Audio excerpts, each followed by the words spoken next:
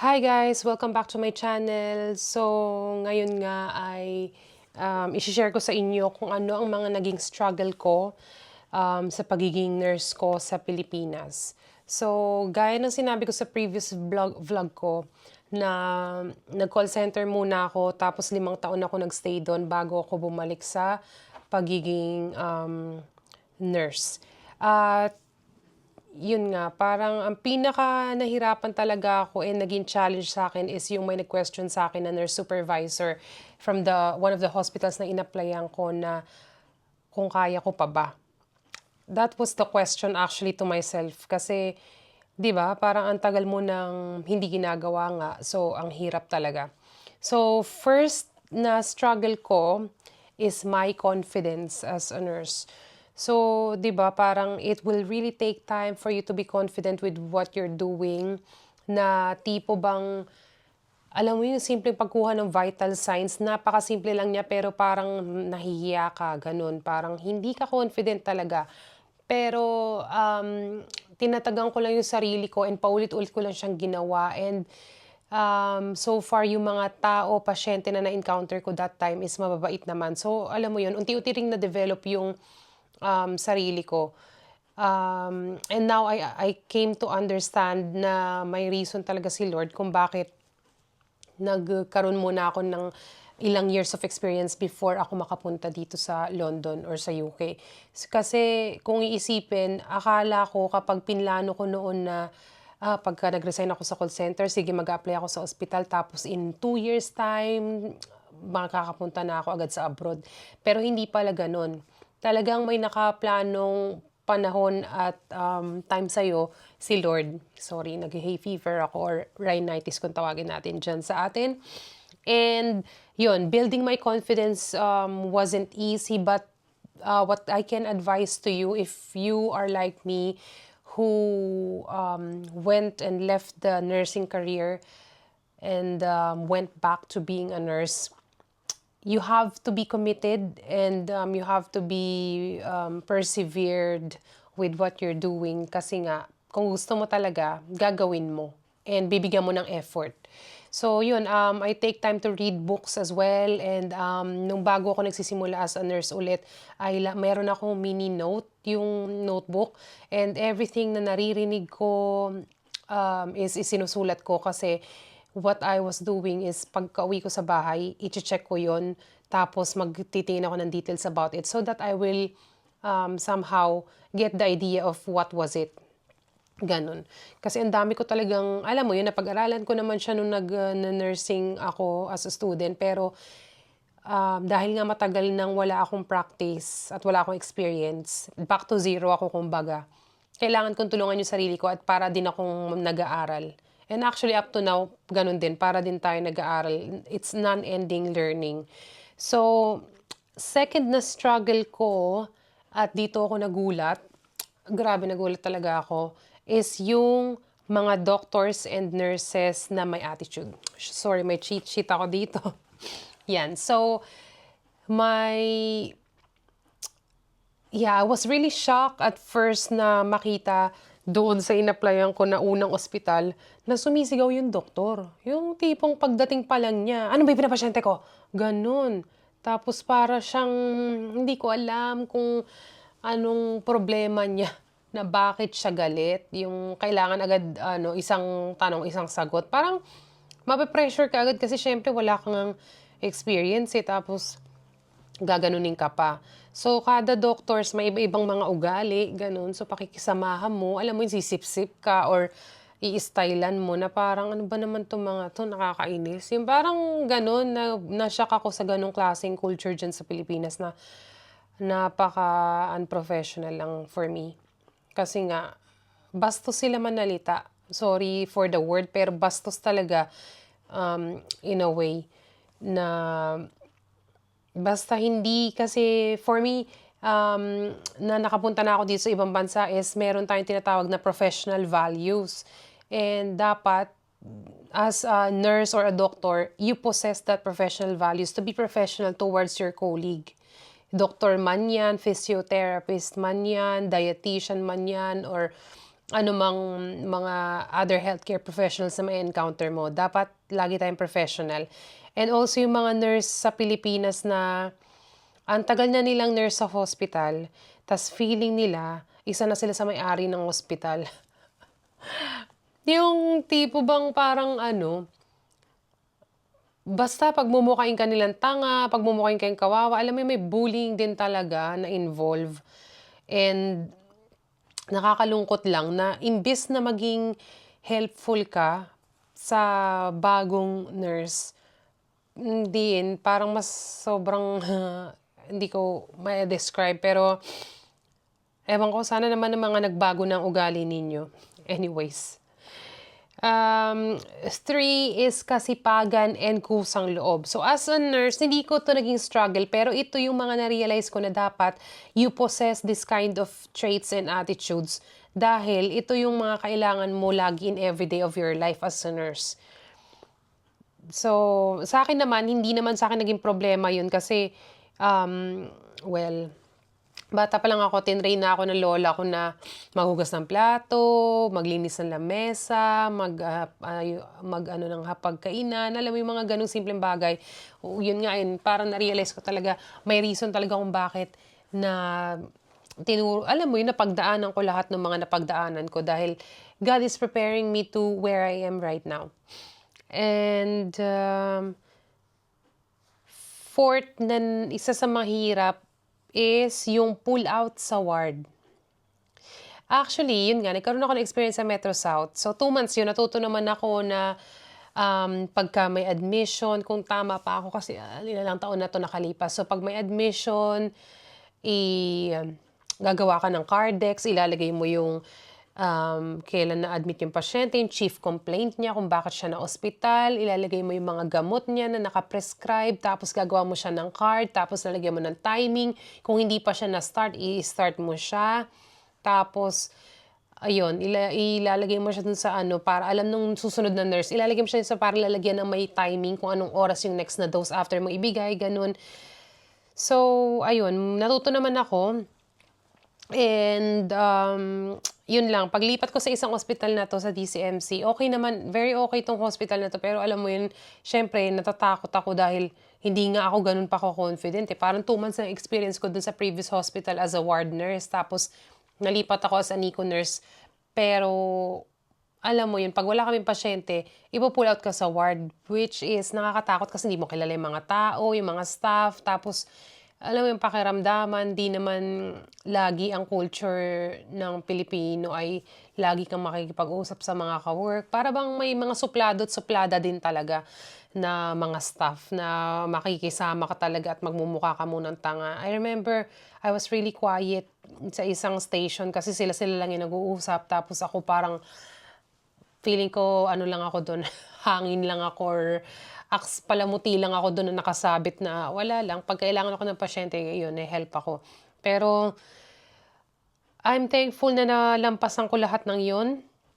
Dahil, yun na nga, parang lahat pala talaga ng mga pinagdadaanan mo sa buhay ay may dahilan para i-prepare ka ni Lord. So anyways, yung 5th na pinaka-struggle ko as a nurse sa Pilipinas is yung pagre-review. So, usually nga, pag wala kang pasyente, pwede kang mag-review dyan sa amin sa nursery, sa NICU. Pero, pagka ipo-pull out ka, hindi ka makakapag-review, diba? Tapos, sa mga hindi nakakaalam, I will be very honest with you. Yun nga, I had to take English test so many times. So, the first one was 2019. Kasi nga, di ba 2018 ako bumalik sa pagka-nurse. So, akala ko 2019, enough na yon, pwede na akong mag-try na mag-exam nung IELTS UKVI. Tapos, nag-review naman ako pero hindi ako super ganun ka-dedicated sa pagre-review kasi nga feeling ko, alam ko na yan, ganyan. Pero, alam mo, medyo mabilis siya. Ang bilis niyang masyado yung mga listening niya, reading. Yun naman lagi ang subtypes for English test eh. Listening, reading, writing, and speaking. So, lagi sa speaking, wala naman akong problema. Pero sa Listening, parang may mga nami-miss ako dun kasi parang fill in the blanks yun tapos ilalagay mo yung mga narinig mo. Tapos sa reading naman is magbabasa ka ng parang isang um, paragraph or something about something tapos i may i-choose kang mga answer doon kung alin yung nire-refer doon, mga ganun. So, I failed that. So, I had to take OET or Occupational English Test. So, by the way, yung ating IELTS UKVI that time, it was around 13,000 pesos. Pero may sinasabi sila na IELTS na regular lang, which is, ang sa alam ko ngayon ay accepted na siya sa UK, na worth 10,000 lang. Kasi nagbago-bago yung mga, mga requirements. And then, sabi ko, after ko mag-IELTS na ko, ayoko na, parang ang hirap, ganun. Nahirapan talaga ako kasi, ewan ko, UKVI siya, tapos syempre, British accent. Syempre, American English yung natin dyan sa Pilipinas, hindi ako sanay sa British accent. So, that was a challenge for me. So, when I knew about this and when I heard about this OET, or Occupational English Test, yun nga, ganun din siya yung subtypes niya, listening, reading, writing, and speaking. Pero, mas specific siya to medical or healthcare. So, kung dentist ka, pharmacist ka, nurse ka, psychologist ka, physiotherapist ka, pwede mong i-exam ito papunta sa mga ibang bansa na English countries. Mag-google mo naman yan. So, OET. That time, it was costing around 22 to 23,000 pesos. And sadly, 4 na beses ako nag-exam. At hindi ko kinakahiya yun dahil gusto ko pang maka-inspire sa mga tao na akala nila hindi na sila papasa. Kasi, yun, akala ko talaga parang hindi na ako meant makapunta dito. Like, I was already questioning myself na, what's wrong with me? I've been to a call center industry and why am I not passing this? Maybe God has another plan for me. Maybe I needed to go to Saudi or somewhere else na hindi English yung language. Alam mo yun, parang napapanghinaan na ako ng loob. And the first time I took the test was January 2020. So, I think it was the year of pandemic. And then I failed reading. So, most of the time, laging reading yung na-fail ko. Everything else is pass, like listening, writing, and speaking. Lagi ko napapas yun. Pero yung reading yung lagi ko na-fail. And second test ko, sabi ko, hindi, sige, ilalabang ko pa to. So, January 2020 and then next is March 2020. Ito na yung nag-pandemic. So, ganun ulit ang nangyari. Reading na naman yung failed ko. So, alam mo yun, nawawalan na ako ng pag-asa at the same time. Yung mga taong nag-sponsor sa akin sa pag-English test, I think it was my sister and then my brother-in-law na nag-sponsor ng pag-exam ko kasi nga, they were trying to help me to come here. So, ang masasabi ko lang, yun lang yung naging help nila. I mean, aside from other help that happened nung dumating na ako dito. Kasi iniisip ata ng ibang tao, parang niyaya lang ako ng kapatid ko dito, tapos ganun na kadali. Pero lahat ng pinagdaanan ko bago pumunta dito sa UK is ginawa ko, I mean, partly talaga nag-effort din ako. So, money is from them to help me. And then, ayun na nga, nag-failed ako nun. So, parang, it was just funny because, tawag dito, May 2020 was when I knew I was pregnant with Chance. And akala ko talaga siguro hindi na ako makakapag-abroad, ganun. Ay, may naalala pala ako. Actually, yung exam ko nung March 2020 is considered and a pass sa Ireland. Kaya naging isang option ko din pumunta ng Ireland. Pero, yun nga, parang nalulungkot din naman yung kapatid ko na sa Ireland ako magpupunta, nasa London siya. I mean, magkalapit lang naman, pero hindi sobrang lapit. Pero, alam mo yun, para bang Luzon and Mindanao yung layo. So, parang hindi rin siya ideal for us and nabuntis nga ako. So, my plan was postponed and akala ko talaga hindi na ako makakapag-abroad. I was too focused with my pregnancy and then giving birth na nagpapasalamat ako sa Diyos dahil normal delivery and everything was easy and smooth.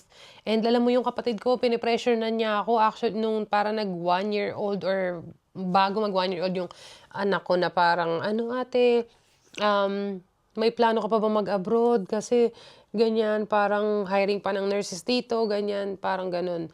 So, parang ako naman naiinis na parang, "Bakit ba hindi ka makapag-antay?" Parang gano'n. Kasi nga ano na, parang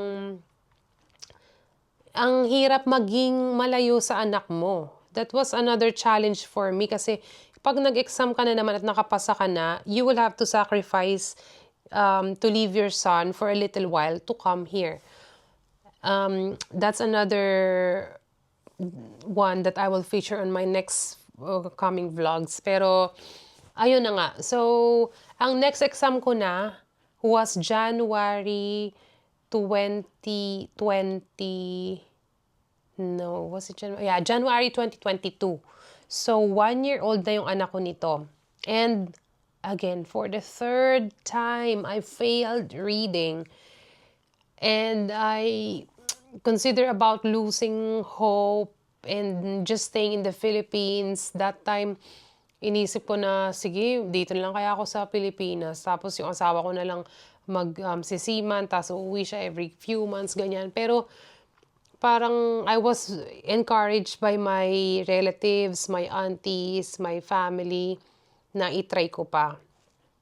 And I've been hearing a lot of stories in Facebook groups na sila ay ganitong ilang beses nag-exam pero succeed. And ayun, nag-exam ulit ako ng June 2022. So, nung time na yun is kahit na nag-failed ako actually noong January 2022, so pina-passport namin ng asawa ko si Chance ng March 2022. Tapos, alam mo yun, everything is just happening na parang may pinaplano pala talaga si Lord. Kasi March 2022 is pina-passport namin siya. Then nag-renew kaming mag-asawa ng passport ng April 2022, and that's when we got the passport na 10 years na expiry. Kasi yung pinakauna kong ng passport is hindi ko pa nagamit. 5 years lang yung validity ata nun, kung tama ako. Or 3 years, hindi ko matandaan.